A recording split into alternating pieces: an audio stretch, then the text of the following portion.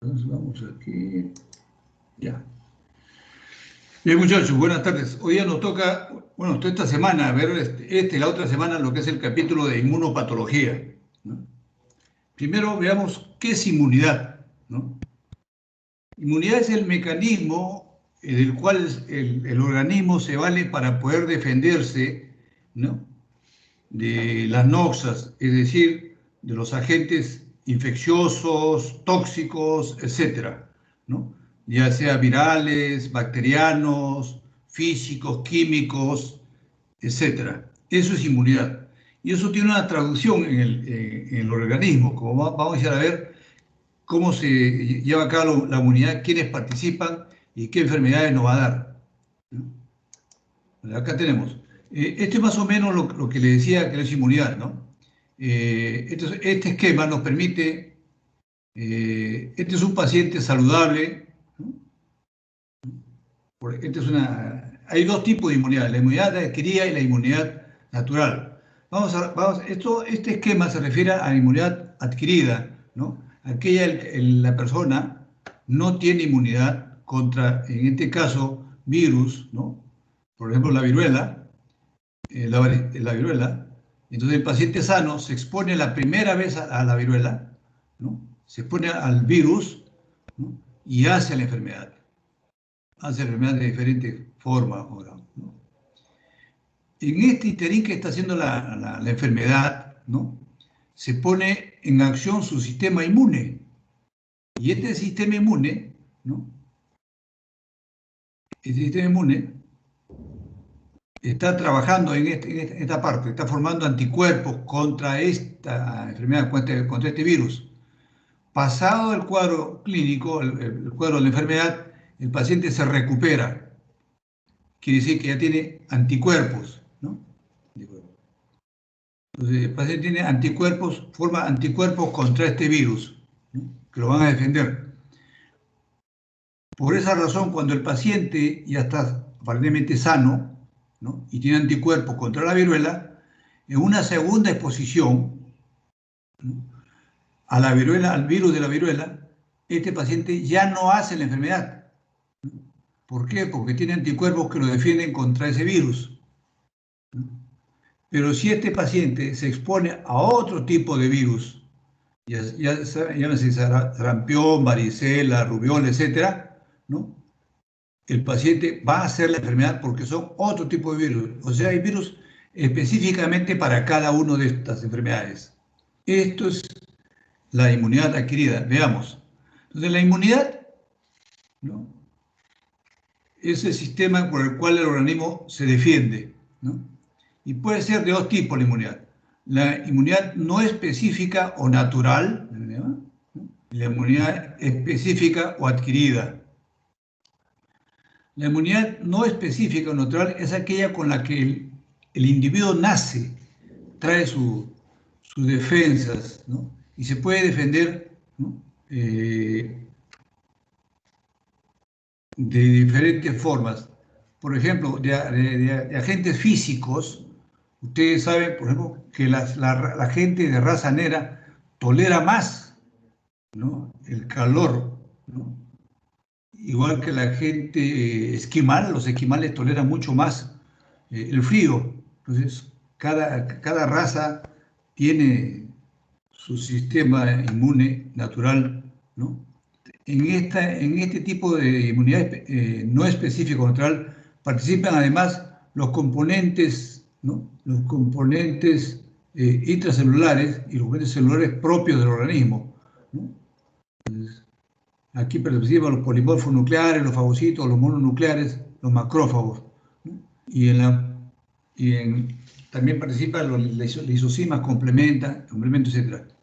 Pero lo más importante es que es esta, la inmunidad específica. Como les he mostrado, es donde el paciente, ¿no?, adquiere anticuerpos contra determinada noxa, determinada bacteria, determinado virus, hongos, etc. Entonces, esta es la más importante de todo, la inmunidad específica. Recuerden, pero no quiere decir que estas actúen en forma separada. Puede hacer que estas en un momento dado se van a unir, ¿no? Y van a reforzar el sistema inmune, ¿no? Entonces, veamos nosotros, ya sabemos qué cosa es inmunidad. Ahora, ¿qué es una respuesta inmune específica? ¿No? Que es lo mismo que hemos visto hacer, ¿no? La secuencia de eventos en una infección, viral, bacteriana, lo que quiera, es como sigue. Primero tenemos la respuesta primaria. La respuesta primaria se da cuando el paciente se expone al primer ataque por agente infectante, ¿no?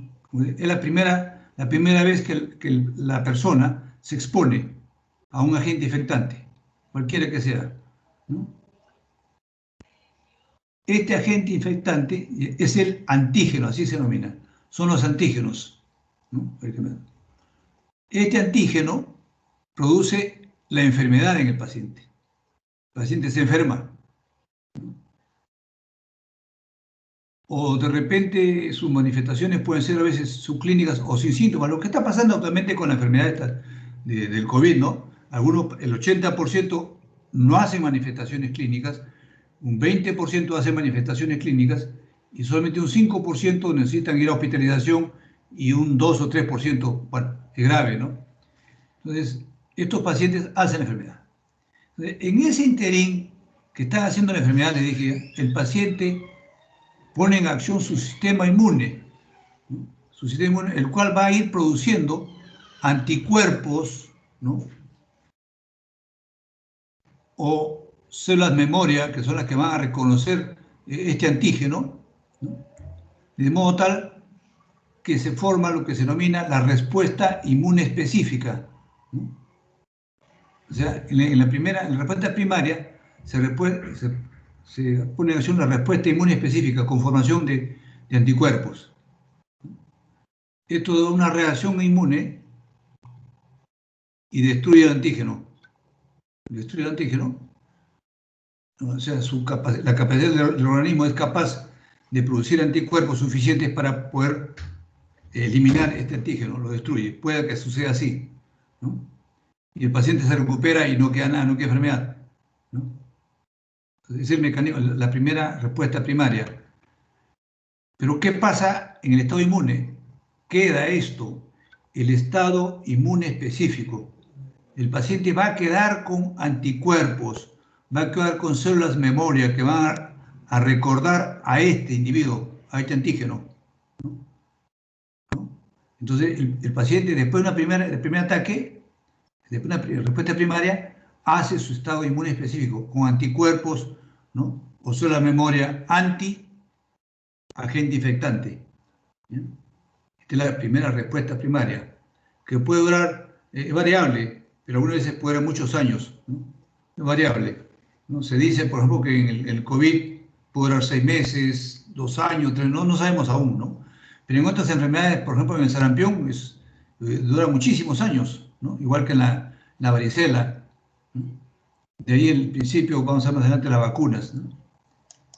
Entonces, viene la segunda respuesta, la respuesta secundaria. Respuesta secundaria. Esta respuesta secundaria se da cuando el mismo paciente, la misma persona, ¿no?, se pone en contacto, ¿no?, con un agente infectante, que es el agente infectante como viruela o varicela, o que lo haya infectado inicialmente, que sabemos que se llama el antígeno, ¿no? Este antígeno, ¿qué produce? ¿No? Este antígeno, como se da con la reacción inmune casi inmediata, ¿no? ¿Por qué? Porque el organismo, recuerden ustedes que el organismo ya tenía su estado inmune, acá está inmune específico, tenía anticuerpos o células que van a reconocer a este antígeno, ¿no? Este antígeno o este estado inmune constituye la memoria específica de reconocimiento del antígeno, a veces, como digo, a través de anticuerpos o son las memorias que van a reconocer a este antígeno, ¿no? Lo reconocen como agente extraño, ¿no?, y ya están preparados para destruirlo. Entonces se pone a activación rápida la respuesta inmune, ¿no?, porque este está capacitado para tiene su ejército aquí que lo va a defender. Entonces se pone en activación rápida la respuesta inmune y hace la reacción casi inmediata. Reconoce a los antígenos, ¿no? Y luego los destruye rápidamente. De modo tal que el paciente no hace la enfermedad. O sea, no hace la enfermedad. Entonces, si aquí el paciente tenía, por decirte, 1000 anticuerpos, 100 células de memoria, ¿no? En este estado inmune específico, entonces, después en una segunda oportunidad, el organismo se refuerza. El estado inmune específico se refuerza. O sea, adquiere más cantidad de anticuerpos, es más difícil en una tercera o cuarta oportunidad, ya no va a ser la enfermedad, ¿no? Porque está capacitado para poder defenderse. Esto es lo que se llaman las respuestas inmunes, ¿no? Cómo se da este sistema. Ahora veamos los antígenos. Los antígenos, ¿no? Esos son las noxas. Estos antígenos pueden ser univalentes o multivalentes, ¿no? Entonces, univalentes cuando se unen a un solo anticuerpo, ¿no? Entonces, esta unión es débil, ¿no? El organismo o esta unión permite una respuesta débil, ¿no? Porque es muy poco.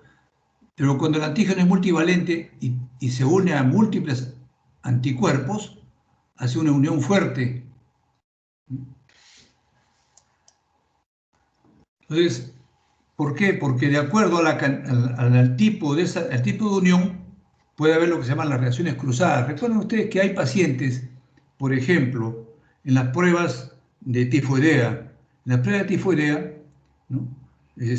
Pueden ser similares los resultados con las pruebas de Bruselas, ¿no? Entonces se dan unas reacciones cruzadas. El paciente uno hace una prueba de laboratorio y puede confundirse porque es igualito, ¿no? Y decir esto es anti-tifoidea o anti-salmonella y no es anti-Brucela. Entonces, acá tenemos, los antígenos complejos pueden tener sitios determinantes comunes. Esto explica por qué el anticuerpo específico a una puede tener reacciones cruzadas con otros antígenos.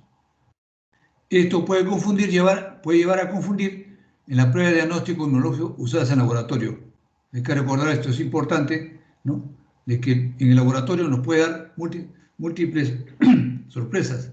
Hemos escuchado nosotros acá últimamente la famosa prueba rápida con el COVID, ¿no? ¿Y qué cosa es lo que nos da la prueba rápida? Nos dice los anticuerpos que tiene el organismo, IgM, IgG, ¿no es cierto? Pero eso no quiere decir que sean IgM, IgG exclusivamente con el COVID. Puede que el organismo tenga otros IgM contra otros virus que son los que se van a detectar, ¿no? Por eso que hay falsos negativos y falsos positivos. Entonces, tenlo en cuenta.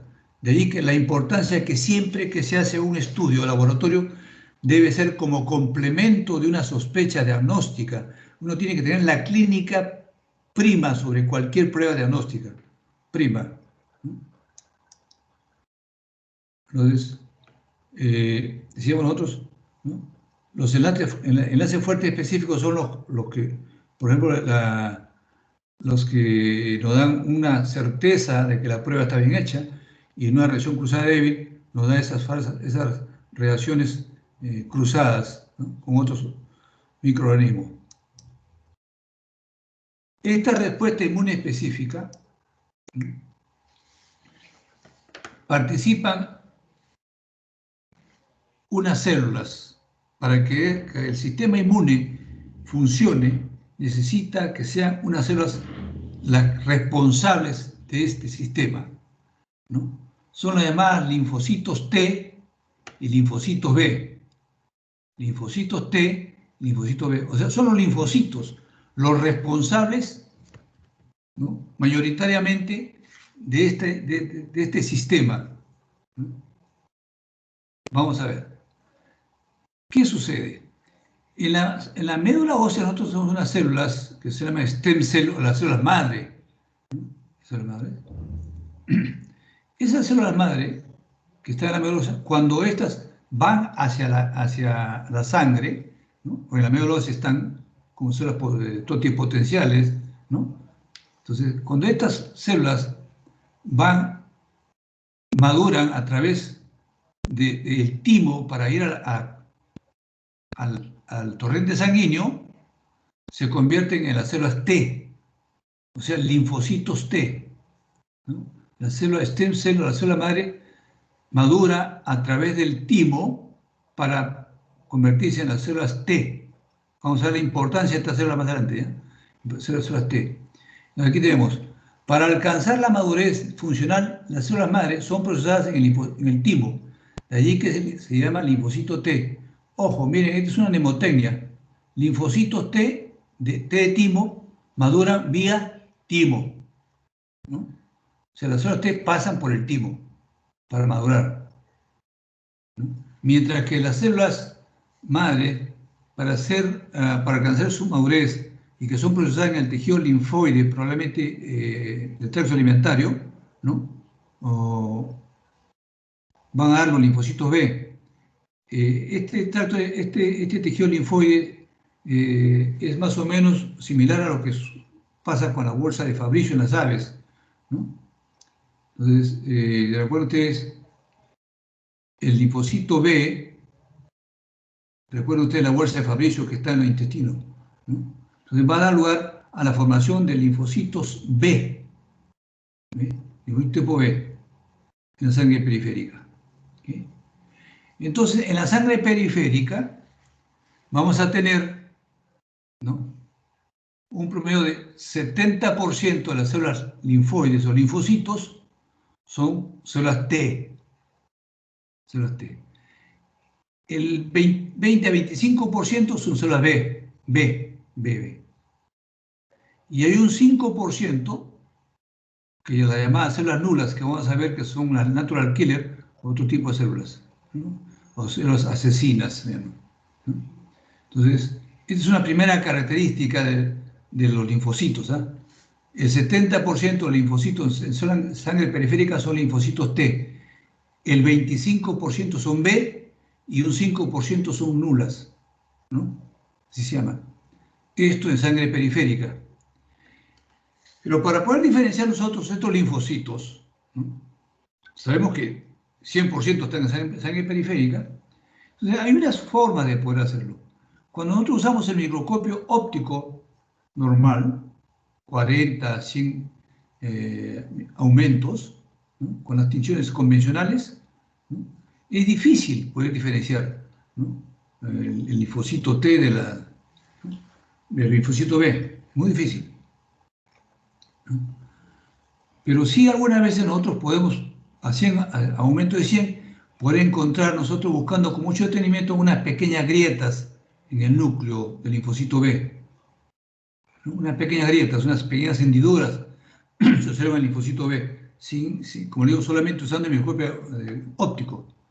Mientras tanto, el linfocito B es liso totalmente. Y si nosotros usamos la microscopía electrónica, aquí la cosa cambia un poco, porque el núcleo de la superficie del linfocito B, ¿no?, tiene un aspecto rugoso.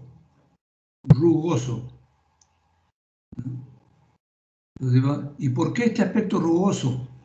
Porque estas rugosidades que le da en la microscopía electrónica son las inmunoglobulinas, ¿no? Son depósitos de inmunoglobulinas que están acá.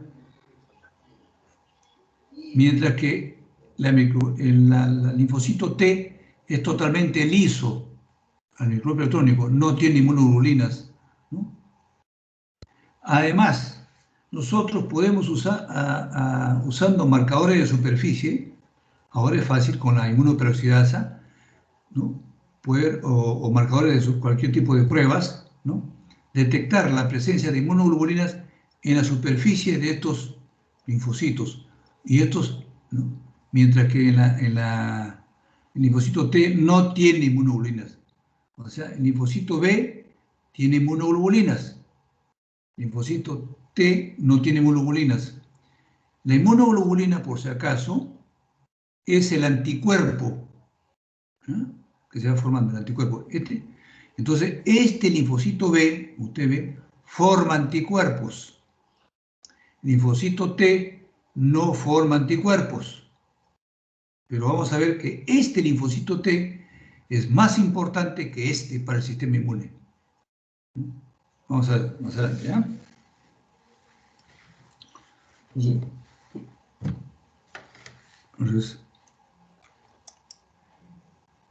Entonces, actualmente ya se conocen los anticuerpos monoclonales que nos permiten identificar, ¿no? Identificar si es un linfocito T o si es un linfocito B. Y incluso otras subpoblaciones de linfocito T, vamos a ver cuáles son estas. El TCD8, TCD4, TCD3, TCD10, etc. Hay como 100 T, por si acaso.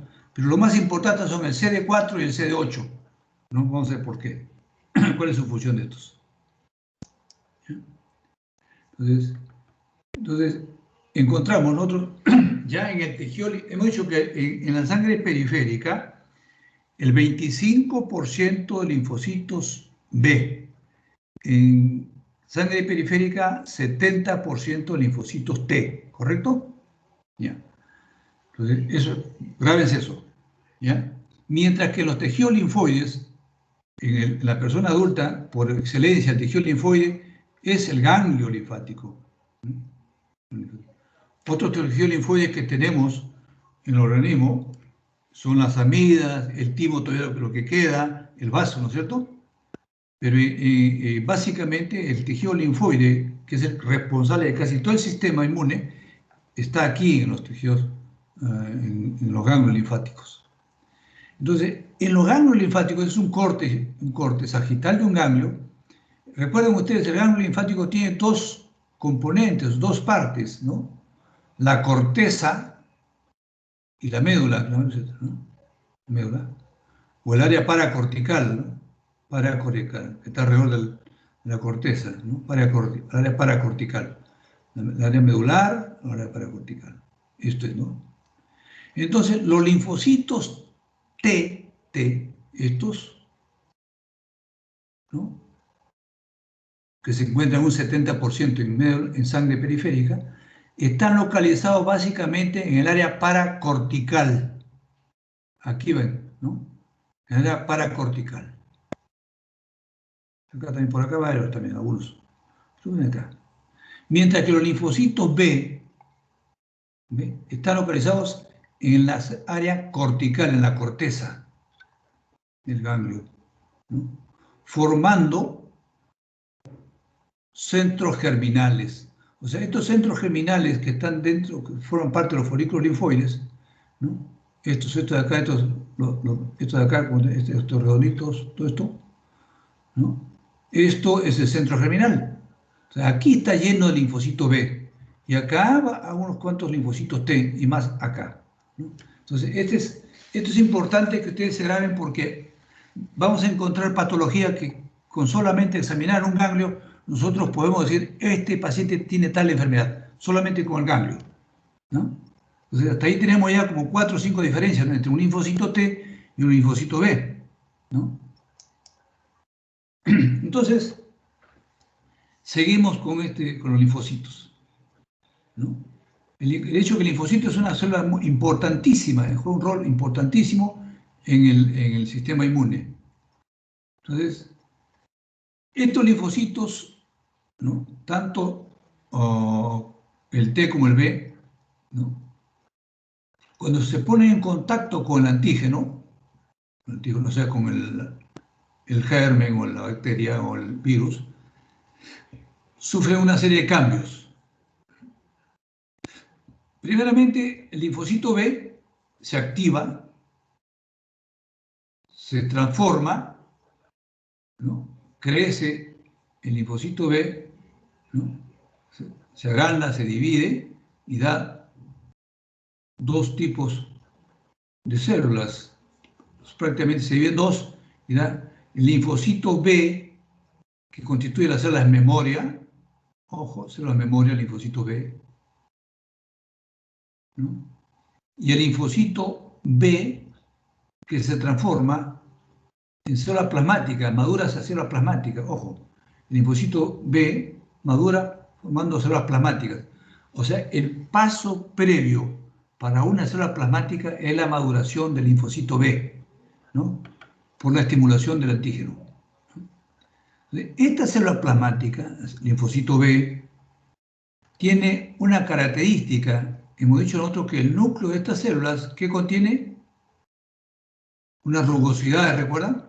Y estas rugosidades son las inmunoglobulinas. O sea, esta es la célula que va a producir, a sintetizar o producir anticuerpos específicos, el linfocito B. El linfocito B produce anticuerpos específicos, o sea, inmunoglobulinas dentro de la célula. Recuerden ustedes que vimos que los núcleos estaban en superficie rugosa con el microscopio electrónico, ¿no? Y se ve con la inmunofluorescencia o con marcadores específicos, ¿no? Entonces, estas inmunoglobulinas formadas o anticuerpos que forman el linfocito B son las que van al fluido sanguíneo, al torrente sanguíneo, ¿no? Estas, ¿no?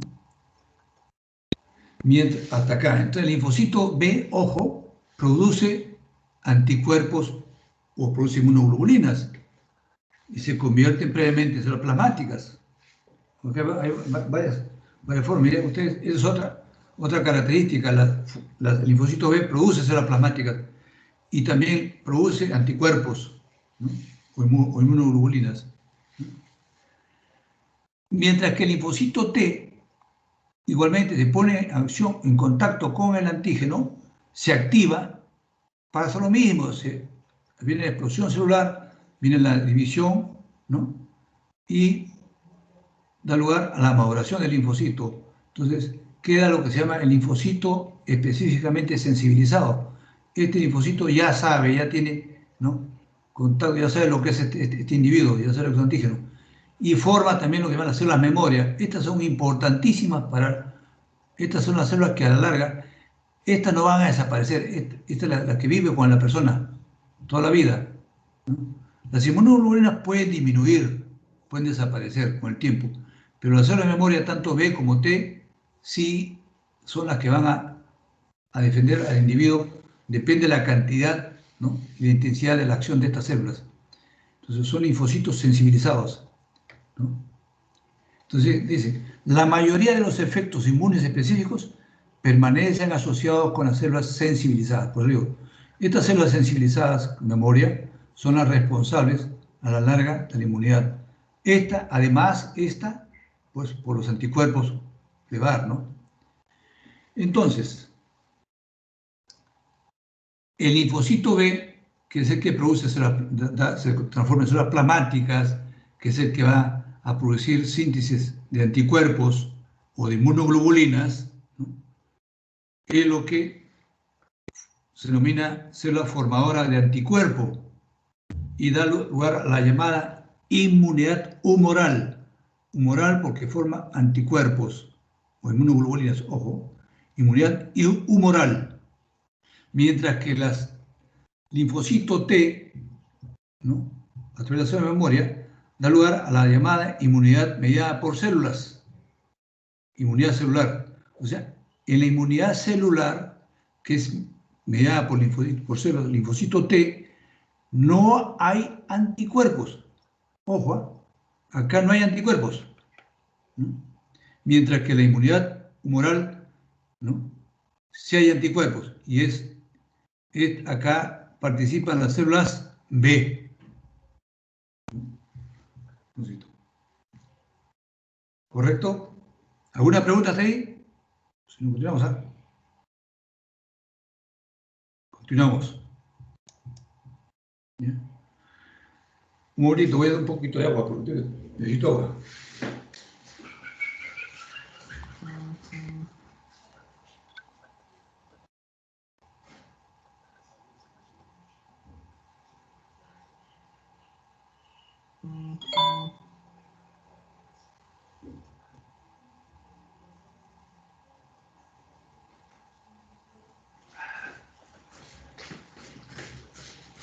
Ya, disculpen, esta parte es un poquito tediosa porque es pura teoría prácticamente, pero después vamos a hacer más sencillo, ¿ya?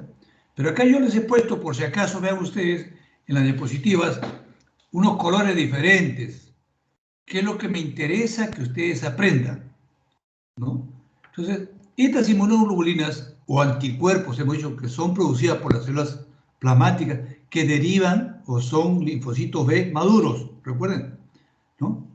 Que maduraron vía órgano linfoides de intestino, ¿no? Y que están en un 25% en sangre periférica y que tienen las características de que tiene granulaciones, etc., ¿no? Ya. Estas inmunoglobulinas tenemos estas. La inmunoglobulina M, famosa porque ahora se habla mucho de ella.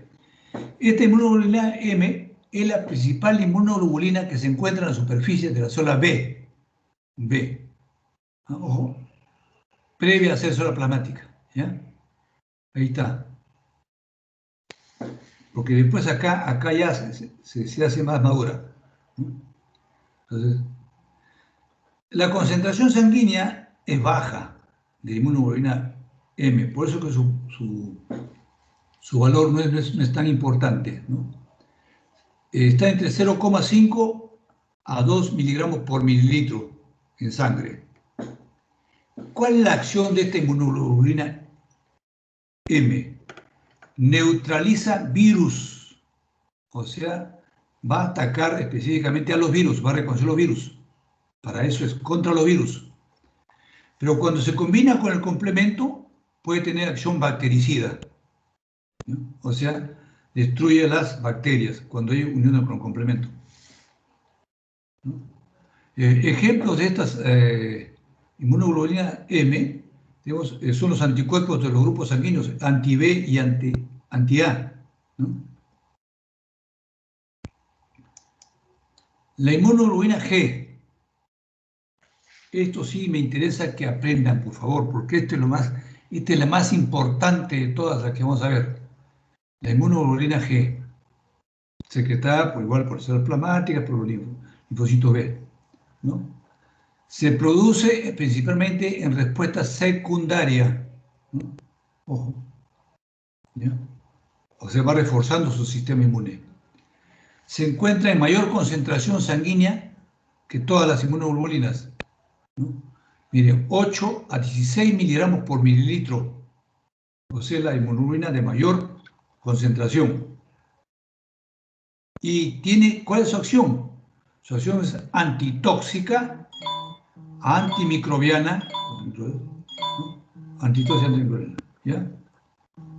O sea, cualquier tipo de bacterias, gram negativos, gram positivos, ¿no? O cualquier tipo de toxina. Ahí actúa esta inmunoglobulina.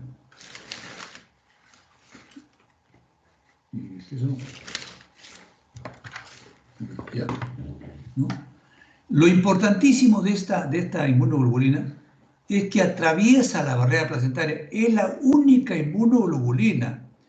Cuando el feto está en el útero materno, se defiende de cualquier infección que pueda tener la madre, ¿no? A través de la inmunoglobulina G materna, porque atraviesa la barrera placentaria, ¿no? ¿No? Y algo que es importantísimo también, esta es la única inmunoglobulina que se transmite al recién nacido vía calostro. De allí que se recomienda que el niño cuando nace, no es que dices que tienes que dar el de lactar para que te acostumbres a tener a tu hijo, no, no. No se hace porque hay mujeres que no le dan al niño de lactar por conservar la línea. Pero ¿qué sucede? Le hace un gran daño al niño, porque el niño cuando nace con muy pocas inmunoglobulinas, como vamos a ver más adelante. Pero si la madre le da el lactar, lo está protegiendo las enfermedades bacterianas y tóxicas, ¿no? A este niño, con la leche materna. La importancia, esta es la inmunoglobulina G. Por favor, esto sí, grábenlo, ¿no? Y apréndanlo, porque de acá hay una pregunta. Las preguntas van a venir de todo lo que está con subrayado o está en diferente color, ¿ya? La inmunoglobulina A ¿no? La inmunoglobulina A, su concentración sanguínea es de 1.5 a 4 miligramos por mililitro, ¿no? Y es antitóxica. Antitóxica, ¿no? Pero antitóxica también tenemos otras previas, ¿no es cierto? Tenemos la G, pues, ¿no? Que nos va a defender. Esta inmunoglobulina A se encuentra normalmente en altas concentraciones en las secreciones oculares, en la nariz, boca, bronquio y tubo digestivo. Allí se encuentran normalmente estas inmunoglobulinas.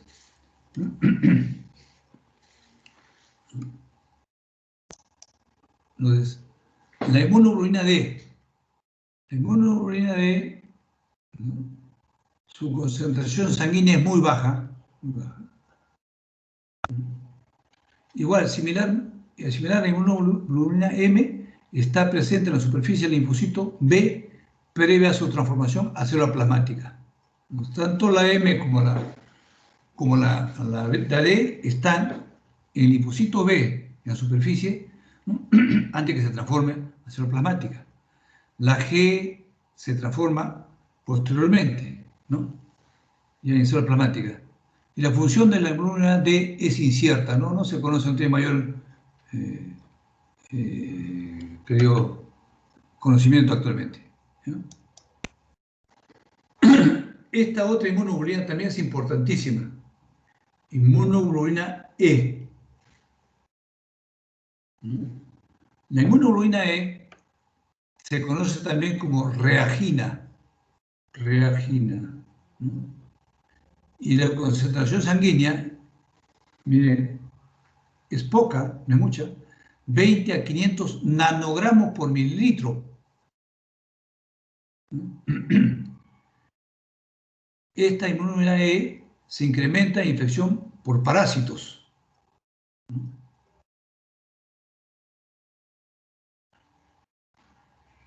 Y esta inmunoglobulina es muy importante, ¿por qué? Porque su principal actividad es mediada por mastocitos o basófilos. Vamos a ver cuando veamos reacciones de hipersensibilidad tipo 1, cuál es su función de estas células, ¿no? Esta produce una reacción rapidísima porque estimula, o sea, al liberarse esta inmunoglobulina E, va a liberar de los mastocitos sustancias vasoactivas, más aminoactivas, que van a producir una serie de cambios en el organismo. Entonces,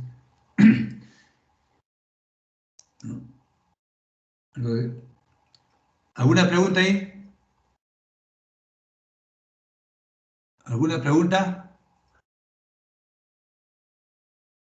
¿Están o no están?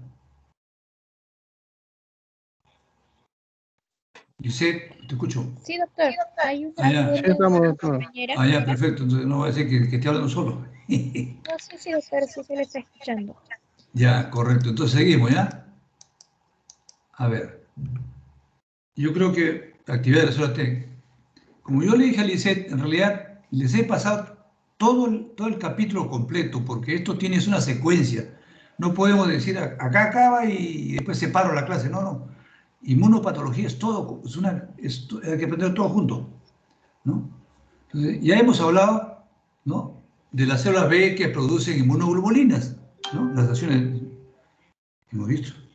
Ya sabemos las diferentes, la diferencia que existe entre el linfocito B y el linfocito T. Son como 10 diferencias. También es una pregunta de examen, por si acaso. Yo puedo preguntarle a usted 5 características, ¿no? O pongo 5 características y digo cuál corresponde a B, cuál corresponde a T, ¿no? Es cuestión de correlacionar o qué sé yo, ya veremos, ¿no? Importantísimo.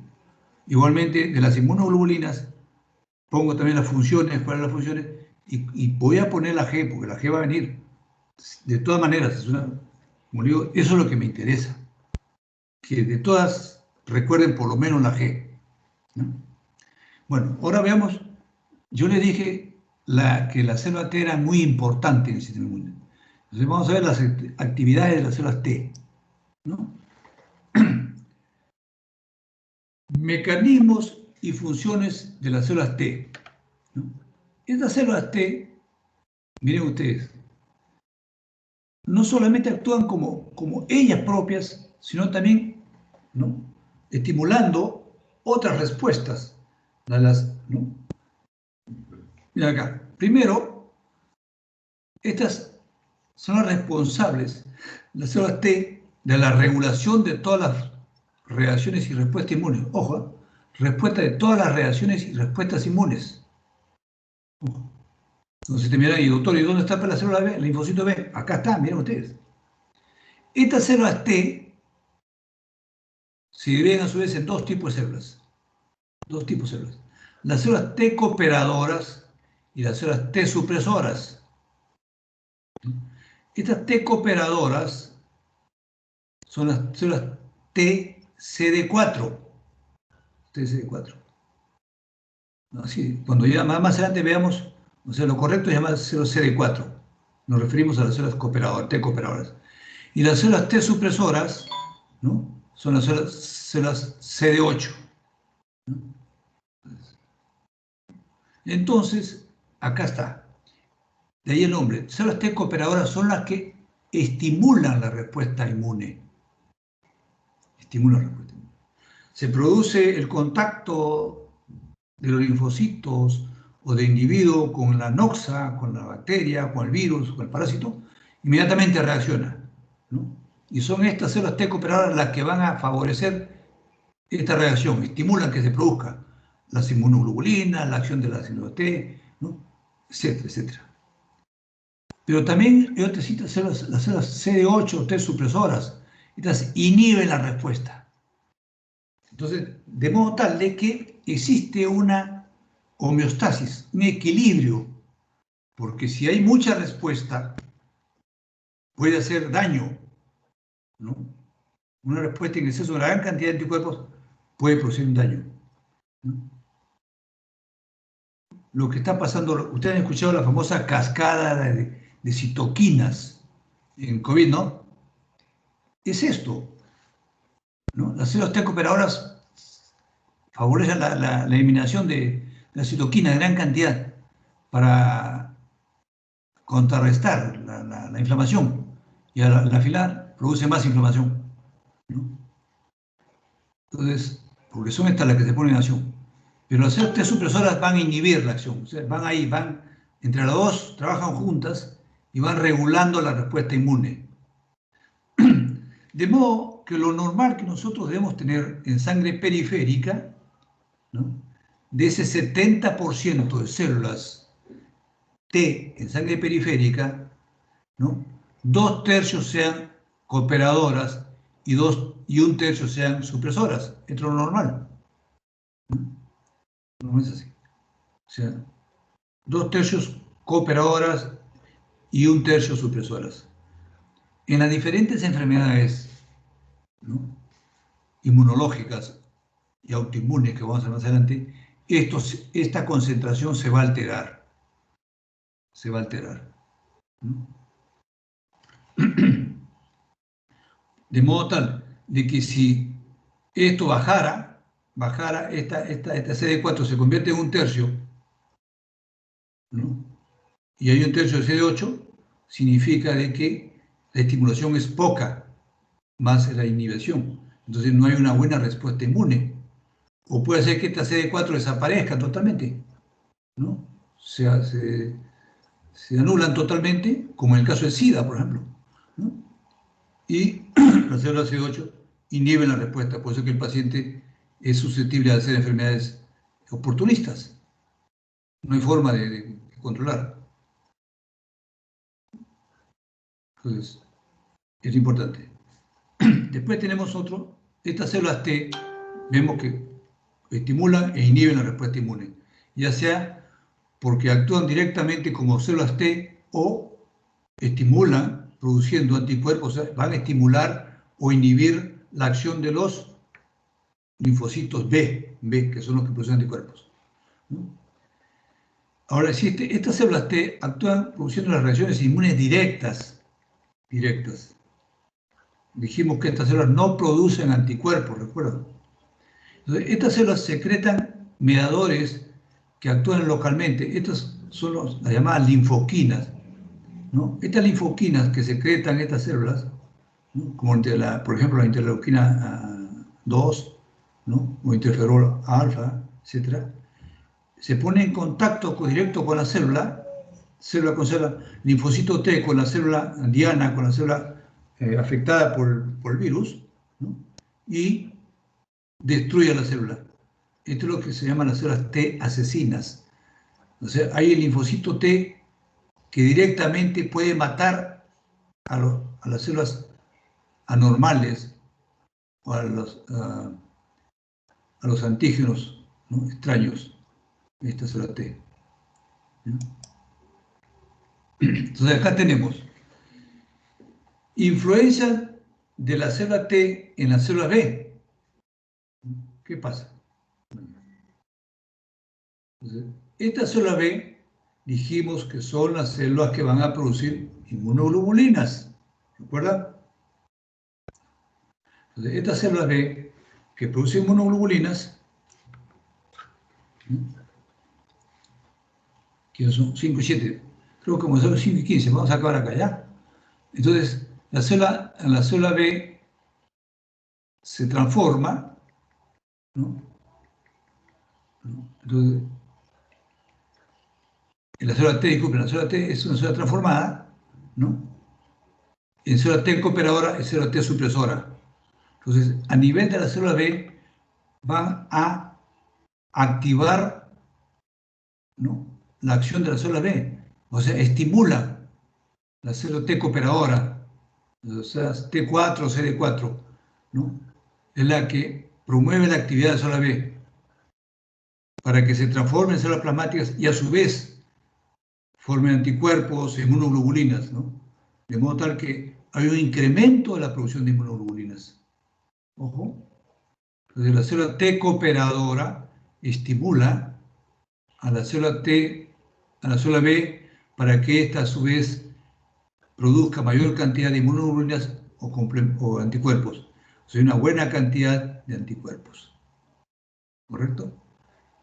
Pero a su vez, esta célula T, mucho, la otra célula T, la célula T supresora o CD8 o T8, ¿no?, inhibe la actividad de la célula B.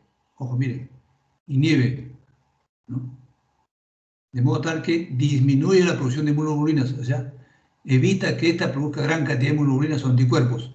Entonces, hay un equilibrio entre la producción de inmunoglobulinas y la disminución, ¿no? Entonces, las células B están controladas por esta célula T. Miren ustedes, la importancia de la T. La célula T controla la producción de inmunoglobulinas porque va a influenciar en la célula B. Esa es la célula T. Entonces, ahora, la célula B propiamente, la célula T propiamente dicha como tal, ya hemos visto qué es lo que hace a nivel de la célula B. Estimula e inhibe, ¿no?, la producción de inmunoglobulinas. La célula T, ¿no?, esta célula T hemos dicho que puede actuar produciendo secreción de citoquinas, o citocinas, como quieran llamarlo, ¿no?, que van a dar una serie de efectos. Por ejemplo, secreta el factor inhibidor del crecimiento. Este factor inhibidor del crecimiento produce una disminución de los linfocitos. A su vez también secreta factor de crecimiento de células, ¿no?, células T, que es la interleuquina 2. Este factor de crecimiento incrementa los linfocitos. ¿Sí? O sea, hay un control de la producción de linfocitos, ¿no?, de acuerdo a la demanda, la cantidad que te necesita. Ojo. ¿Ya? Y también secreta el factor de transferencia, ¿no?, para formar las llamadas células en memoria, ¿no?, células sensibilizadas, ¿no? Entonces, estas células son células que van a segregar también linfoquinas, ¿no?, para poder contrarrestar la acción de los antígenos.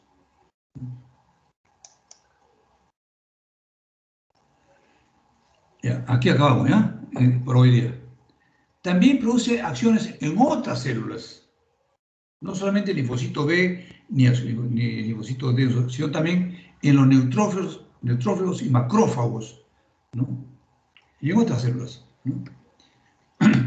Este linfocito T, ¿no?, al secretar sus o sus citoquinas, se secreta el factor de activación quimiotáctico y fagocítico. ¿Para qué? Para atraer a las células al lugar donde está produciendo el proceso inflamatorio o el daño, ¿no? Y promueve la fagocitosis. O sea, fagocita a esas células que están dañadas o a los antígenos, ¿no? Entonces, también estas células secretan el factor de inhibición migratoria.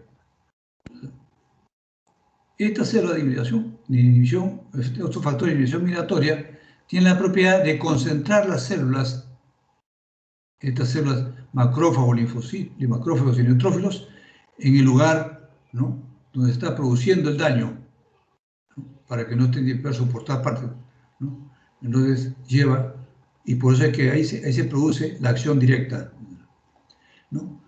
Y le dije a ustedes que había otro tipo de células linfocitos, ¿no?, que son las llamadas linfocitos T asesinas o células asesinas.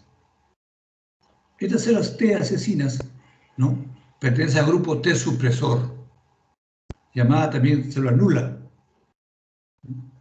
Estas células matan directamente la célula blanca durante el contacto celular. Se pone en contacto y destruyen la célula.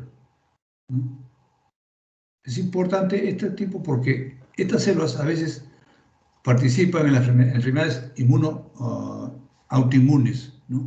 Vamos a ver de que la inmunidad no siempre es buena, su acción no siempre es buena. Cuando hay muchas células T, cuando hay mucha estimulación, puede haber gran cantidad de anticuerpos, puede haber liberación de muchas citoquinas, y es lo que le decía a ustedes, que hay gran liberación de citoquinas, ¿no? Y, oh, qué bien, ¿no?, se puso en acción el sistema inmune. No, pues, esto va a producir una inflamación severa, ¿no?, severa, y el paciente entra en un problema de coagulación intravascular diseminada, problema de neumonía, etc., ¿no? Por eso es que le decía que al grupo, ¿no?, lo primero que sucede en el COVID-19 no es el daño pulmonar, no. Lo primero que sucede es que se pone en acción el sistema inmune frente a este virus desconocido. Entonces se pone en juego todas estas, la célula B, la célula T, empiezan a funcionar, ¿no?, y se alocan, ¿no? Entonces ese es el problema, se alocan y empiezan a producir gran cantidad de anticuerpos, empiezan a producir, a secretar gran cantidad de estas sustancias, de estos factores, las citoquinas, y viene la cascada de citoquinas que produce una gran inflamación. Esta gran inflamación a la larga va a dañar las paredes endoteliales, ¿no?, y van a producir trombosis. Pero no solamente la trombosis en pulmones, también se va a ver trombosis en el hígado, en el riñón, en el corazón, ¿no?, microtrombos. Estos microtrombos se dan. ¿Dónde están los capilares en el pulmón? Ustedes han escuchado de la famosa neumonía COVID, que dice que es una neumonía que afecta el intersticio, ¿no es cierto? El intersticio, no afecta los alvéolos inicialmente. Entonces, y que ven una trama ahí gruesa en los intersticios. Esa trama gruesa es por esto, porque los capilares pulmonares están en el intersticio que separa los alvéolos. O sea, ahí están los microtrombos, y eso es lo que se va a ver en la radiografía inicialmente. Posteriormente, este paciente se va a infectar, como ya no tiene capacidad de defensa, si se agrega una bacteria, qué sé yo, o el mismo virus, produce una neumonía. Pero la primera fase es esta, ¿no? Por eso es importante conocer este mecanismo de inmunidad. ¿Alguna pregunta hasta aquí? ¿Nos quedamos ahí, Lisette? Sí. Lisette. Oye, muchachos, nos vamos a quedar ya. Mañana vamos a ver. Mañana vamos a continuar. ¿Ya? ¿Está bien? Ok. Sí, doctor. Sí, profesor, gracias. Ya, ya, ojo, estamos yendo un poco lento para que puedan entender, porque esta parte es tediosa, ¿no? Espero que lo entiendan, lo vayan entendiendo esto de acá, ¿ya? Yo sé que inmunopatología es árido, no sé por qué demonios me lo dieron a mí, pero hace años me dio ese capítulo, pero trato de hacerlo lo más sencillo, lo más entendible, ¿no? Porque uno se hace problemas con tantas cosas, ¿no? Entonces, para evitar eso, entonces, ahora, espérate, vamos a ver, uy, llegamos a, ya, voy a pasar, voy a descargar la lista, ¿ya? ¿Dónde está? Acá estoy. Descargar lista de asistencia. Está descargando.